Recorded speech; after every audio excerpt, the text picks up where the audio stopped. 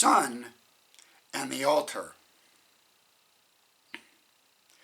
Then he said, "Take now your son, your only son, Isaac, whom you love, and go to the land of Moriah, and offer him there as a burnt offering on one of the mountains of which I shall tell you." Genesis 22, verse 2. Isaac was the son of promise, the impossible child born to a couple well past childbearing years. In fact,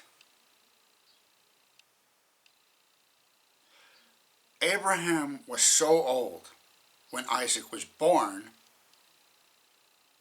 that the book of Hebrews describes him as a man who was as good as dead. If something happened to the child of promise, there was little hope that he would ever have another son. Then God asked the unthinkable. "Adam," he said, "I want you to take your son and sacrifice him on one of the mountains, of which I shall tell you." Of course, we already know the end of the story. Isaac was spared and went on to become a father to a mighty nation that would bear the name of his son, Israel. But at the outset of the story, Abraham didn't know that the boy would survive. The Hebrew retelling of the story informs us Abraham was willing to go through, concluding that God was able to raise him up even from the dead. Christians have debated the significance of this story, and there are many shades of meaning to be found. One theme, however, quickly rises to the surface: the agony of a father faced with the prospect of giving up his only son. The father and son point forward to the awful moment when God the Father would cry of his own son.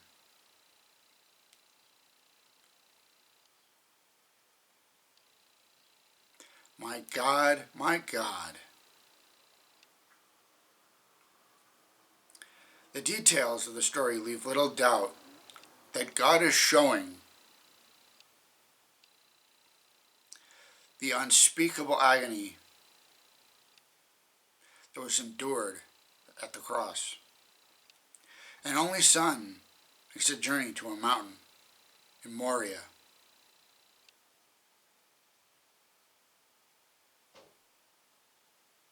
The very location outside the city of Jerusalem where Jesus was sacrificed.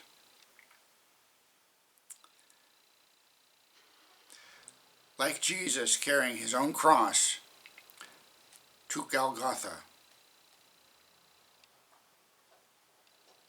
Abraham took the wood, the burnt offering, and laid it on Isaac, his son. Perhaps the most incredible part of the story: the Bible offers no record of Isaac resisting. He even asked, "Father, where is the ram?" The response: "It'll be provided."